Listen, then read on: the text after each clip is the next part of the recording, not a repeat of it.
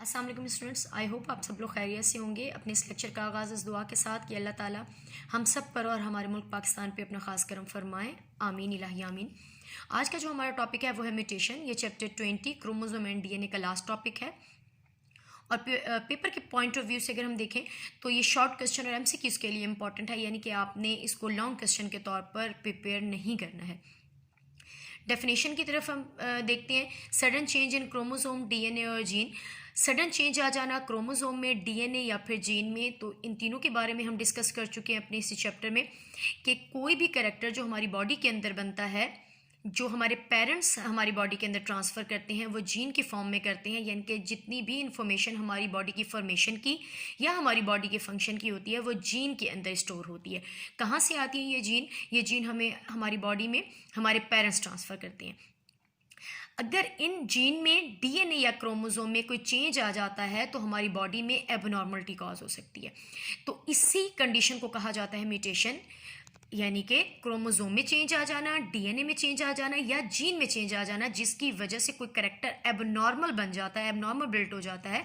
इसी कंडीशन को कहा जाता है म्यूटेशन। म्यूटेशन हमारी बॉडी सेल में दो तरह से, नंबर वन सोमेटिक सेल में या बॉडी सेल में, नंबर टू जर्म या सेक्स सेल में।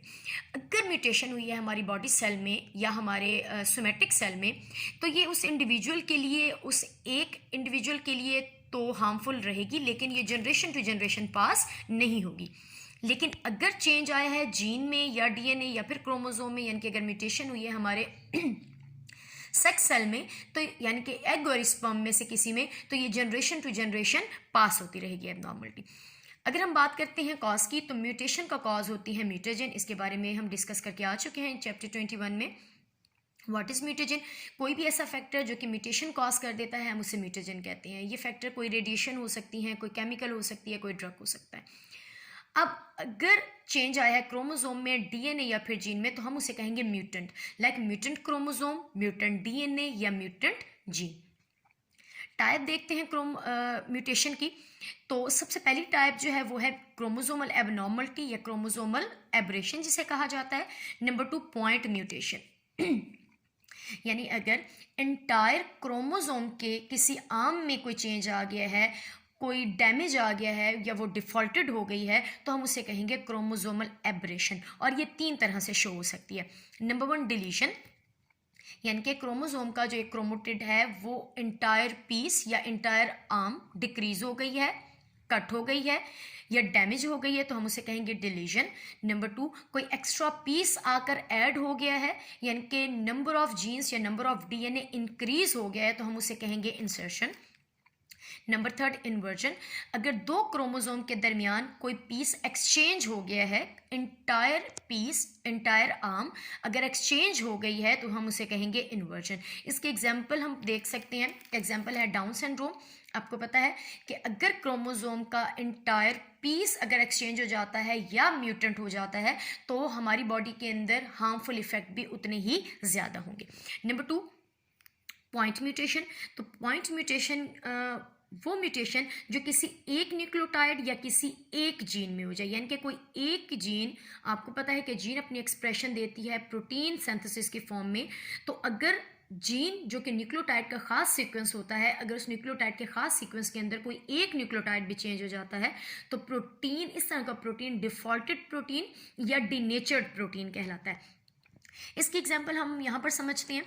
आपको पता है कि जीन क्या है? जीन डीएनए का या डीएनए पर वो खास सीक्वेंस न्यूक्लियोटाइड का जो कि एक प्रोटीन को बनाने के लिए रिस्पॉन्सिबल होता है, हम उसे कहते हैं जीन। हम सेंट्रल डोगमा में ये पढ़कर आ रहे हैं कि डीएनए जिसके पास कंप्लीट सेट है इंफॉर्मेशन का, जो हमारे पेरेंट्स ने हमारी बॉडी के अंदर ट्रांसफ़र किया है, यही प्रोटीन के सिंथेसिस करवा रहा होता है। डीएनए पर न्यूक्लियोटाइड का खास सीक्वेंस है जो वो अपनी कॉपी बनाकर कह सकते हैं कि राइबोसोम को सेंड करता है, जिसे हम कहते हैं मैसेंजर आरएनए। मैसेंजर आरएनए पर खास तरह के न्यूक्लियोटाइड के सीक्वेंस पाए जाते हैं जो कि ट्रिपलेट की फॉर्म में होते हैं, यानी कि 3 न्यूक्लियोटाइड की फॉर्म में होती हैं, लाइक AAG या AAA या UAG, जैसे आप देख सकते हो। तो इन्हें कहा जाता है जेनेटिक कोड। हर जेनेटिक कोड के सामने एक अमाइनो एसिड आकर अटैच हो जाता है इन राइबोसोम और बन जाता है प्रोटीन या पॉलीपेप्टाइड चेन। कहने का ये मकसद है कि जो डीएनए हमारे पेरेंट्स दे रहे होते हैं वो एक कॉपी भेजता है जिसे हम मैसेंजर आरएनए कहते हैं। मैसेंजर आरएनए पर जेनेटिक कोड होते हैं और मैसेंजर आरएनए जब राइबोसोम पर जाता है तो ये अपने जेनेटिक कोड को एक्सपोज करता है। हर जेनेटिक कोड के सामने एक अमाइनो एसिड आकर अटैच हो जाता है और इसी तरह से बन जाती है पॉलीपेप्टाइड चेन। लेकिन यहाँ पर हम देखते हैं कि पॉइंट म्यूटेशन कैसे हो सकती है। लाइक डीएनए है, यहाँ पर मैं एक ही की एग्जाम्पल ले रही हूँ। नॉर्मल जो डीएनए का कोड है वो है एक genetic code TTC, messenger RNA पर वो होना चाहिए AAG और इस मैसेंजर आरएनए के जेनेटिक कोड के सामने शो होगा अमाइनो एसिड लाइसिन। अब यहाँ पर हमारे पास 3 तरह की पॉइंट म्यूटेशन यहाँ पर शो की गई है। Number 1 silent, number 2 nonsense, number 3 missense. Silent mutation क्या है कि डीएनए पर होना चाहिए था TTC लेकिन कोई एक न्यूक्लियोटाइड, राइट, यहाँ पर C के जगह रिप्लेस हो गया है TTT आ चुका है और जो मैसेंजर आरएनए पर जेनेटिक कोड बनेगा वो बनेगा AAA। इसके सामने भी क्या शो होगा, इसके सामने भी लाइसिन ही शो होगा। तो इस तरह का पॉइंट म्यूटेशन हार्मफुल नहीं रहेगा क्योंकि पहले नॉर्मल कंडीशन में भी क्या आना चाहिए था, लाइसिन आना चाहिए था। पॉइंट म्यूटेशन एक न्यूक्लियोटाइड के चेंज हो जाने के बावजूद भी यहाँ पर क्या आ गया है, लाइसिन आ गया है। तो इस तरह का प्रोटीन नॉर्मल फंक्शन ही प्ले करता रहेगा। नंबर 2 अगर हम देखते हैं नॉनसेंस म्यूटेशन या पॉइंट म्यूटेशन, तो इसमें भी T को रिप्लेस कर दिया है A ने और ये बन गया है ATC। जो मैसेंजर आरएनए पे जेनेटिक कोड बनेगा वो बनेगा UAG और ये एक स्टॉप कोडॉन है। स्टॉप कोडॉन का ये मतलब है कि अब मज़ीद कोई भी अमाइनो एसिड अटैच नहीं होगा और इस तरह का प्रोटीन फॉर्म ही नहीं होगा। लेकिन अगर फॉर्मेशन इसकी हो भी जाती है तो ये डिसेबल होगा, अपना फंक्शन परफॉर्म नहीं कर पाएगा क्योंकि नंबर ऑफ अमाइनो एसिड जो कि हाईली स्पेसिफिक होने चाहिए थे वो कम हो गए हैं। नंबर 3 मिससेंस पॉइंट म्यूटेशन, यहाँ पर भी सिर्फ एक ही न्यूक्लियोटाइड ने, यानी कि जहाँ आना चाहिए था TTC वहाँ पर आ गया TCC। सिर्फ एक ही न्यूक्लियोटाइड ने रिप्लेसमेंट कर दिया है जिसकी वजह से जो जेनेटिक कोड मैसेंजर आरएनए पर बना है वो है AGG और AGG के सामने जो अमाइनो एसिड है वो आ गया है आर्गिनाइन। अब यहाँ पर आप देख सकते हो कि नॉर्मल प्रोटीन में क्या आना चाहिए था, लाइसिन, लेकिन लाइसिन को न्यूक्लियोटाइड चेंज हो जाने की वजह से आ गया है आर्गिनिन। इसी को कहा जाता है पॉइंट म्यूटेशन, यानी कि सिर्फ एक न्यूक्लियोटाइड का सीक्वेंस को चेंज हो जाने की वजह से अमाइनो एसिड चेंज हो जाएगा और ऐसा प्रोटीन डिफॉल्टेड या डीनेचर प्रोटीन कहलाएगा। इसकी हम यहाँ पे एग्जांपल देखते हैं। इसकी एग्जांपल है एक डिसऑर्डर जो कि है sickle cell anaemia. Sickle cell anaemia ऐसी कंडीशन जिसके अंदर हेमोग्लोबिन की शेप प्रॉपर नहीं बनती। हेमोग्लोबिन क्या है, हेमोग्लोबिन एक प्रोटीन है और ये प्रोटीन कहाँ पाया जाता है, ये पाया जाता है आरबीसी में। एक नॉर्मल पर्सन की आरबीसी राउंड शेप होती है और इसके अंदर जो 95% हेमोग्लोबिन है वो प्रॉपर शेप में होता है। अब एक नॉर्मल हेमोग्लोबिन बना होता है 574 अमाइनो एसिड से जो कि 4 चैन में अरेंज होती हैं, 2 अल्फा चैन और 2 बीटा चैन।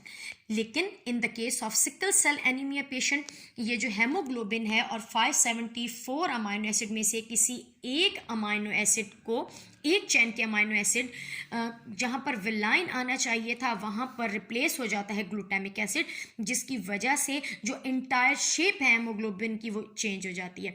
जब शेप चेंज हो जाती है अमाइनो एसिड की तो आरबीसी के अंदर 95% पाया जाता है हेमोग्लोबिन जो कि ऑक्सीजन को बाइंड करता है, उसकी भी शेप चेंज हो जाती है। लाइक उसकी शेप कैसे हो जाती है, सिकल शेप आ जाती है।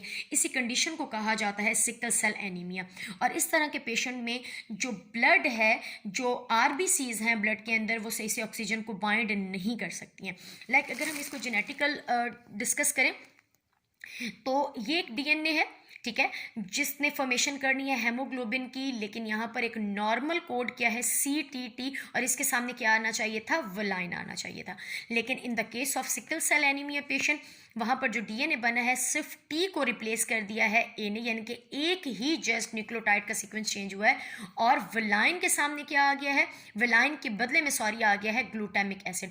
और इस तरह का हेमोग्लोबिन डी नेचर कहलाएगा और ये जिस भी आरबीसी में पाया जाएगा उस आरबीसी की शेप राउंड शेप से चेंज हो जाएगी सिकल शेप में, और इसी कंडीशन को कहा गया है सिकल सेल एनीमिया।